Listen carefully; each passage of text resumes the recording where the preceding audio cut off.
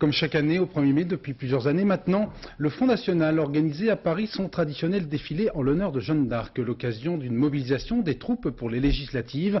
Pour Jean-Marie Le Pen, Jacques Chirac demande aux Français d'être complices d'un suicide national. Sur place, Michael Darmon, Patrice Desmuy.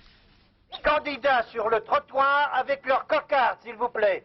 Le Front National aux portes de l'Assemblée pour la photo. Combien parmi ces candidats réussiront à franchir cette grille après l'élection? Ici, les réponses oscillent entre l'enthousiasme et la prudence. 25 députés, sans problème. La majorité, non, enfin, je sais pas. Non, ça, c'est l'électorat qui jugera, de toute façon. Ce qui est certain, c'est que le premier d'entre eux ne siégera pas au Palais Bourbon. Jean-Marie Le Pen n'est pas candidat, à la différence de ses proches lieutenants. Officiellement, il attend une autre bataille contre Jacques Chirac. S'il n'obtient pas la majorité des voix émises le 25, eh bien il sera contraint moralement au moins à la démission.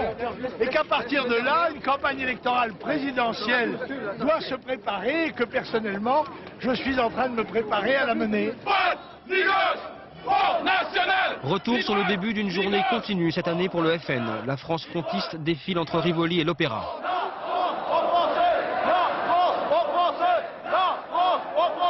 Quelle est la signification particulière de cette manifestation aujourd'hui? On répond pas. Invité surprise de la manifestation, les élections anticipées. Pancarte de circonstances fabriquées à la dernière minute, aux côtés des banderoles sur le programme du parti d'extrême droite, paragraphe immigration. Le Front National défend tous les Français, monsieur. Dites pas français, les nationaux, monsieur. Moi, je suis d'origine portugaise, je suis là. Ils ont foutu dehors de chez eux. Ils ont eu raison qu'on les foute dehors de chez nous. En fin de cortège, les slogans prennent encore moins de gants.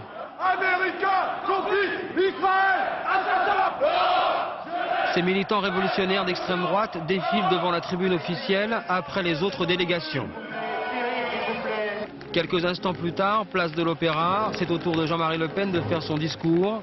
Seul chef de parti à ne pas être candidat, il profite du 1er mai pour lancer le Front National dans la campagne.